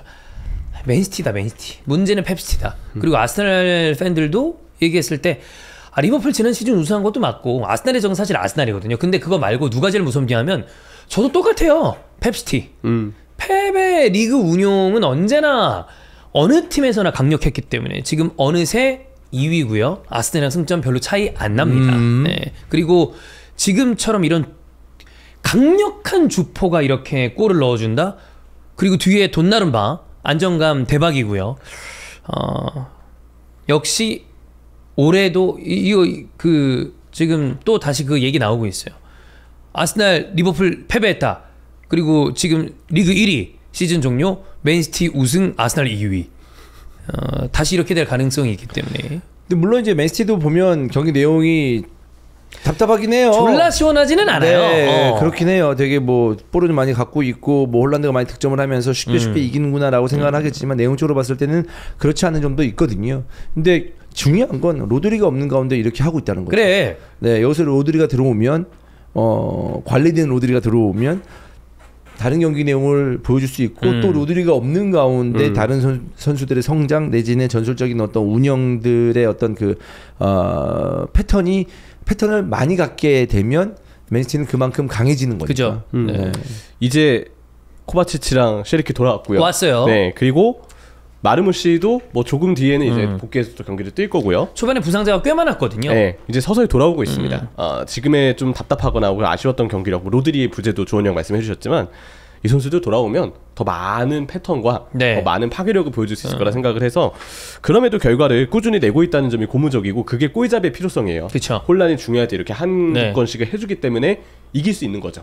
사실 이러니까 비싼 선수를 쓴다라는 얘기를 하는 건데 홀란은 물론 그때 바이아웃이었기 때문에 가격이 비교적 낮았던 것도 있지만 요즘에 천정부지로 치솟은 이적료들을 생각하면 홀란 진짜 싸게 데려왔습니다. 네. 말도 안 되게 싸게 들어온 거죠. 택도 없이 싸게 이거 데려왔습니다. 3천억짜리야. 네, 정말 3천억짜리예요. 근데 지금 900억에 1000억이 안 되는 돈에 데려와서 이렇게 하고 있으니까 3천억이면 삽니까?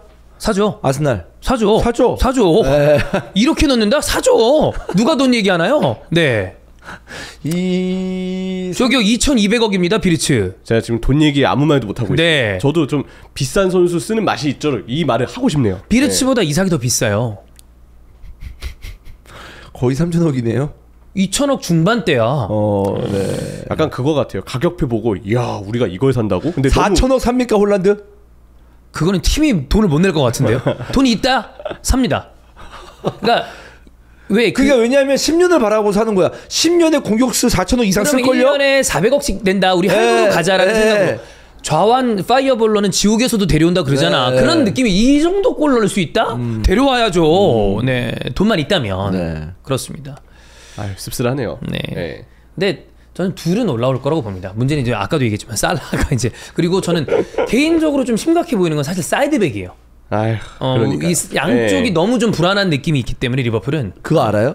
잠깐 이거 얘기 네. 나서 하는 말인데 그 반다이크가 걷어내다가 캐리키즈 얼굴 맞은 적 있죠. 그러면 보통 그러면 뭐 이렇게 괜찮아? 뭐 이런 식으로 해야 되는데 제 느낌상 그냥 저의 그 살아온 경험상 얘기하는 거예요. 걷어냈어. 근데 맞았어. 별다른 상황 아니었어. 근데 뭔가 좀 자책골 같은 느낌도 났었잖아요. 잘못했다. 이렇게 됐지. 그러면 제 느낌상 안타깝긴 한데 너 또 왜 와서 또 거기서 또 왜 그 얼굴 맞고 있냐. 약간 이런 느낌인 거 그림상. 아니 화면에서도 반다이크가 케르케스한테 이런 얘기를 하니까 콜플레이 해 병신 새끼야. 약간 그 느낌이 있었어. 난 그거까지 몰라. 이거 좀 오버한 건데 그러니까 얘기했을 때 오가 아니라 좀 왜 이게 좀 안 맞지? 그 느낌으로 제스처를 하는 게 잡혔어요. 여기 되게 안타깝긴 해. 안타깝고 막 이렇게 하고 뭐 안 아파 막 이렇게 할 수도 있겠지만 왜 여기 있냐 근데 왜 이렇게 걸리적거리냐 약간 이런 느낌도 좀 있었거든.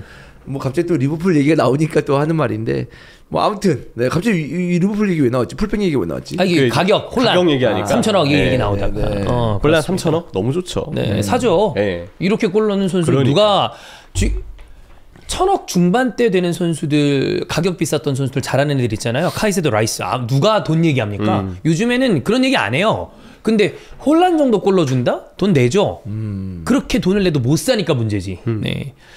자, 그 다음에 여기 한 명 또 얘기할 만한 선수가 지금 우리가 얘기하는 빅6 클럽 이외에 가장 위협적인 아프리칸 포워드들이 이제 많이 있습니다. 쿠두스한테 토트넘에 있으니까 빅6 논외에 한 명이 본머스의 세메뇨고요. 또 한 명이 에버튼의 은디아이입니다.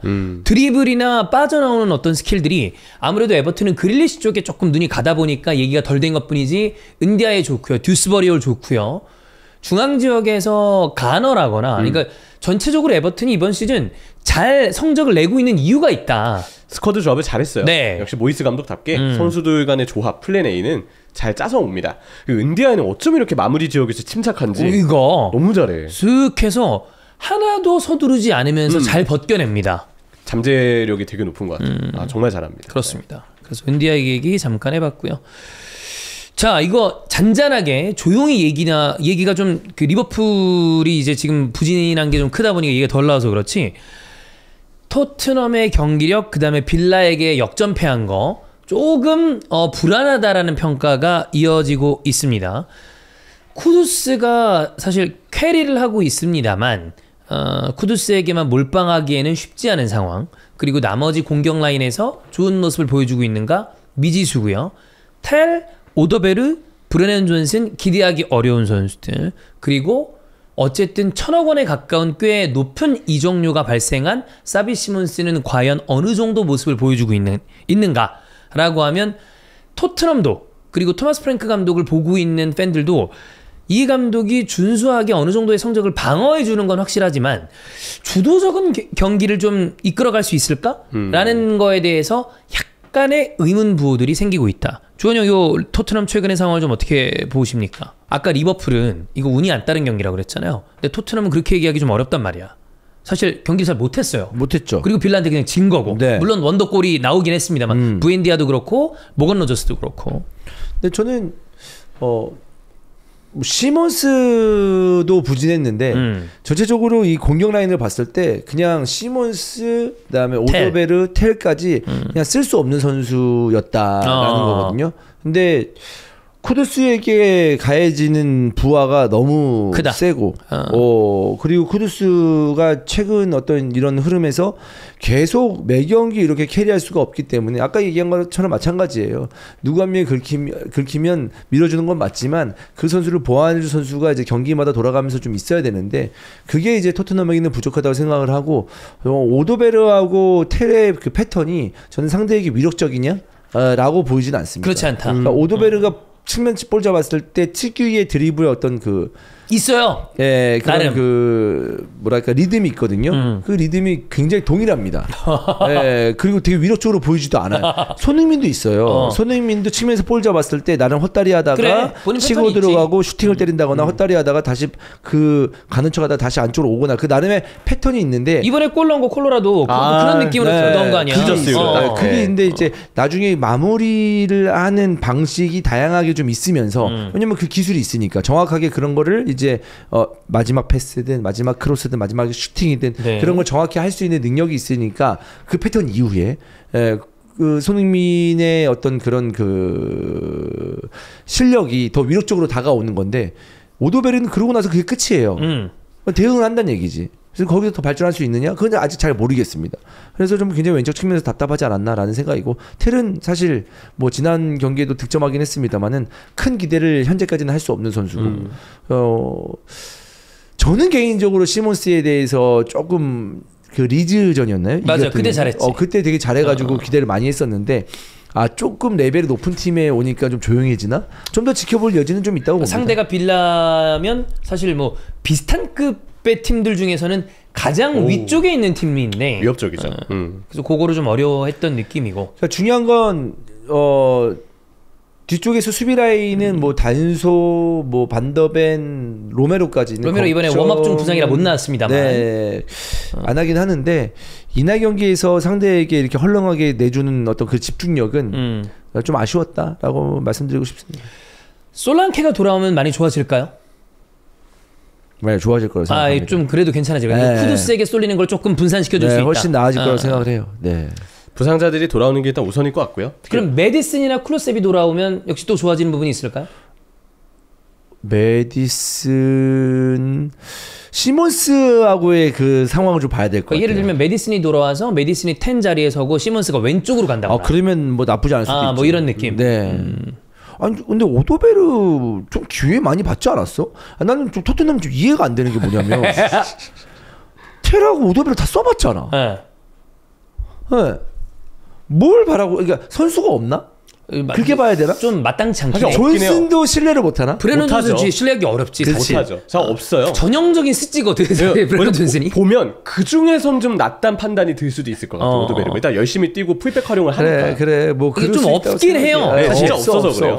그러니까 예를 들면 리버풀 같은 경우 야 이제는 살라 내리고 프림퐁 그냥 윙 써보자. 차라리. 라는 얘기가 나올 만한 선수가 있는데 토트넘 돌아보면 없네. 그러니까 부상으로 빠졌어. 그쵸. 히시알은 이번에 아마 그 아시아 지역에 왔기 때문에 피로도가 높다고 판단을 했을 거고 솔랑키 없고 메디슨 없고 클로셉 없으니까 없긴 없어요. 그냥 바치는 선수가 좀 아쉽죠. 그러니까 이러니까 왼쪽 윙을 데려왔어야 된다라는 얘기가 계속 있는 거죠. 어쨌든 소니가 빠졌으니까. 그렇죠. 네. 그러니까 토트넘의 이 수비 라인이나 골키퍼는 그냥 준수하다고 저는 생각합니다. 네, 물론 이제 비카리 골키퍼에 대해서 마음에 안 들어하는 토트넘 팬들도 꽤 있긴 있지만 어쨌든 네. 바치는 선수가 너무 부족하네요. 네. 그러니까 스쿼드의 두터움에 대해서는 그리고 1군과 그 다음에 스쿼드 멤버의 갭도 좀 크다는 느낌이 들고. 그러니까 미래는 있어요. 미래는 있는데 왜냐면 텔도 사실 왜 저런 애를 저렇게 샀냐라고 했는데 어쨌든 미넨 묻었고 그치. 또 좋았던 모습도 있었고 했기 때문에 또 20살이고 그러면 사실 20살에게 그러니까 요즘 17, 18이 미친 선수들이 많아서 그런데 사실 20살이면 발전의 여지가 진짜 엄청나게 많은 거거든요. 사실. 이거 다 야말 때문이야. 걔가 너무 혼자 규격 외인 선수가 하나 나와가지고 2007년생이 그래서 지금 거기다 그래서 그렇지 택도 없이 어린 나이거든요. 20살이면 20세 이하 월드컵 나가요. 그래. 근데 사실 K리그 안에서도 20세 이하 월드컵 나가고 K리그 주전 못한 선수도 수두룩합니다. 그러니까 잘한다 어렸을 때 잘한다고 해도 프로 레벨에 오면 다른데 물론 근데 이 텔의 경험이나 여러 가지 어떤 그동안의 커리어를 봤을 때 짧지만 엄청난 사실 경험을 커리어죠. 하고 있는 거거든요. 물론 사실. 이거보다 잘해주긴 해야 되겠지만 해야지만 그러니까 이 선수의 발전 가능성을 보고 그 정도의 돈을 지불한 거는 나는 뭐랄까 좀 해볼 만한 약간 한번 긁어보자. 뭐 이런 느낌? 뭐 이렇게 이해는 하는데 진짜 사실 좀 너무 그냥 선수 대 선수로 봤을 때는 깝깝하긴 하지. 깝깝하고 근데 저 같으면 그 돈 안 썼습니다. 저도 마찬가지. 네. 리버풀 그 돈으로 텔 산다. 이미 호구지 타고 있는 뭐라도 못 하겠습니까? 오도메르는 20살이야. 어려요. 뭔지는 알겠는데 근데 좀 아쉽죠 나. 네. 그렇습니다. 그리고 에메리의 빌라는 조용히 5연승입니다. 초반에 골도 없이 그냥 내리받고 있다가 그러니까 이런 거 보면 에메리도 중상위권에서 이 팀 만든 다음에 어느 정도 궤도에 올려놓고 그 성적 유지하는 거는 그래도 유로파의 왕답게 유로파 시작하자마자 바로 분위기를 올렸는데 토트넘 하스퍼 스타디움 원정 와가지고 1대2 승리 굉장히 좋죠. 전 부엔디아가 제일 놀라웠어요. 부엔디아 좋아. 최근 4경기 3골. 장기 부상도 좀 있었고 지난 시즌 레버쿠젠 임대를 후반기 때 가서도 사실 별다른 활약이 없었거든요. 그래서 부엔디아가 많이 어렵지 않을까 했는데 웬걸 반등을 또 했습니다. 2골이 또 이 중에서 교체 투입해서 나온 골이니까 조커로서의 가능성도 있고 부엔디아의 또 무르른 폼도 조명받을 만한 상황인 것 같습니다. 그렇습니다. 자, 그다음 풀럼 대 아스날 0대1 아스날 승리고요. 최근 크레이븐 코티지 원정길에서 굉장히 좀 어려움을 겪다가 흔히 아스날 팬들이 가장 두려워하는 뉴캐슬, 풀럼, 웨스트햄, 수정궁 이런 팀들과 경기에서 수정궁이랑은 이제 다음 주에 경기를 합니다만 그래도 승점을 다 챙겨와서 굉장히 다행이다라고 보면 될 것 같고요. 아스날은 포인트를 2개 얘기하면 될 것 같은데 하나는 지금 아스날의 수비력. 겨우 뭐 8경기 했기 때문에 지금 얘기하는 건 좀 무리가 있습니다만 요 기록대로 중국식 계산하면 0405 첼시 기록 나올 수도 있습니다. 실점이 적긴 적어요. 8경기 30점이니까. 네. 진짜 믿기지 않는 지표예요, 사실. 그리고 2경기 연속 유슈팅 허용 제로.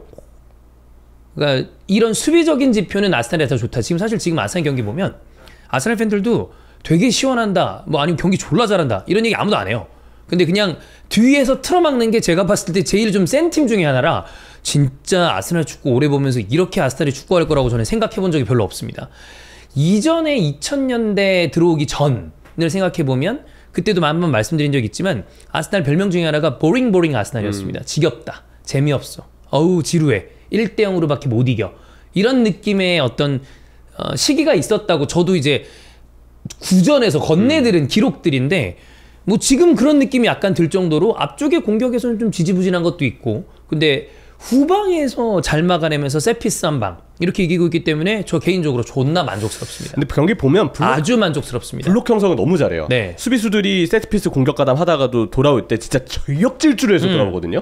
마가이양이스 그라운드 저기 상대 진영 골대에서 수비 가담해야 돼서 자기 진영 돌아올 때 진짜 전력을 다해 뛰더라고요. 그리고 돌아왔을 때 재빠르게 9명, 10명의 수비가 갖춰집니다. 전환 속도가 진짜 빨라요. 네. 수비 시에 정말 다양한 시나리오에 대해서 어떻게 수비 복귀가 돼야 되고 대응을 유지해야 되는지 되게 후연이 잘 되는 팀이라는 인상을 좀 받았는데 그게 지금의 이 좋은 블록 형성에 수비 지표에 굉장히 많은 영향을 좀 주고 있는 부분이라고 생각을 해요. 저는 제 스타일상 감독들마다 스타일이 다르기 때문에 3대2 승리보다 저는 1대0 승리가 좋아요. 이런 분들이 있어요. 네. 개인적으로 제 소신 발언 똑같습니다. 제가 좋아하는 팀이 그런 팀이 아니었던 게 특이한 거지. 네. 저도 무실점으로 끝내는 게 훨씬 더 좋다고 보는 편입니다. 그리고 아마 이제 만약에 제가 감독을 한다면 네. 근데 저는 만약에 1대0 승리 지금 아스날의 팀 컬러잖아요. 그리고 이제 이렇게 안정적으로 하면 전 자면서 혼자 셀프 칭찬하면서 잘 것 같아요. 존나 잘했어. 봤냐 이 개새끼. 왠지 골은 뭔가 선수 개인이 만든 것 같은 느낌이 나거든. 그리고 그런 부분이 있지 아무래도 최전방에선. 그러니까 수비를 했을 때 1대0, 1대0, 뭐 2대1 승리하면서 내가 이제 이런 정도의 순위를 이제 만들었다. 그러면 자면서 와, 나 축구 천재 아니야? 내가 만들었다니까. 이 조직은 감독이 만들잖아. 내가 만든 거야. 그렇네. 존나 멋있어. 와, 야 이주원 존나 카리스마 있어. 이러면서 존나 카리스마 있어하고 혼자 이제 잡고 자는 거야. 됐다. 혹시 이번에 우승하시고 그 생각하신 거 아니세요? 무슨 그 마스컵 축구 대회 우승하신 제가 감독이 아니었기 때문에. 중계였거든요. 왠지 나도 형 감독 같아. 감독이시죠. 스타일 PC여서 계속 감독 같은 느낌이 좀 있어요. 그럴 것 같아. 만족스러운 팀입니다, 사실. 네. 저도 사실 아스날 팬들 중에서는 좀 불만족스럽다. 공격적으로 너무 약하다. 그리고 지금 전체적으로 축구 팬들 사이에서 비호감 팀이다. 세피스밖에 골 못 넣는다. 존나 거칠다. 진짜 존나 마음에 듭니다. 비호감이다. 그만큼 이제 견제를 많이 받는다는 얘기죠. 약간 이거 그거거든요. 축구 같이 하네. 그 느낌도 있고. 그리고 라야 시간 좀 끌어요. 그리고 좀 거칠게 하는 거 맞아요. 근데 예전에 저는 기억합니다. 2000년대 후반, 2010년대 초중반 아스날이 허약해지기 시작했을 때 그때 트로이 딘이나 강력한 축구를 구사했던, 그러니까 힘으로 강력한 축구를 구사했던 팀들한테 당할 때마다 축구 팬들은 아스날에게 그렇게 얘기했습니다.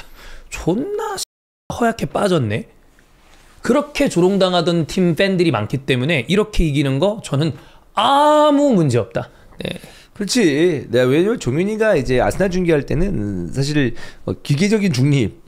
뭔가 물론 이제 아스날에 대해서 응원도 하면서 보긴 합니다만은 뭔가 이 속마음 얘기를 잘 하지 않아요. 왜냐면 그래서 방송에서 하면은 또 이제 뭐 종윤이 얘기도 공격을 당할 수도 있고 아스날 팬한테도 공격을 당할 수도 있고. 그렇습니다. 네. 예. 여러 가지 복합적인 생각이 들면서 그 중계할 때는 표현 자체의 어떤 그 수위 아니면은 뭐 세기를 조절하긴 하는데 저도 만약에 아스날 제가 팬이라고 생각하면 다른 팀들이 뭐 아스날 저렇게 하네 뭐라 이렇게 하네 저렇게 하네 기분 더 좋을 것 같아. 좋아. 이겼잖아.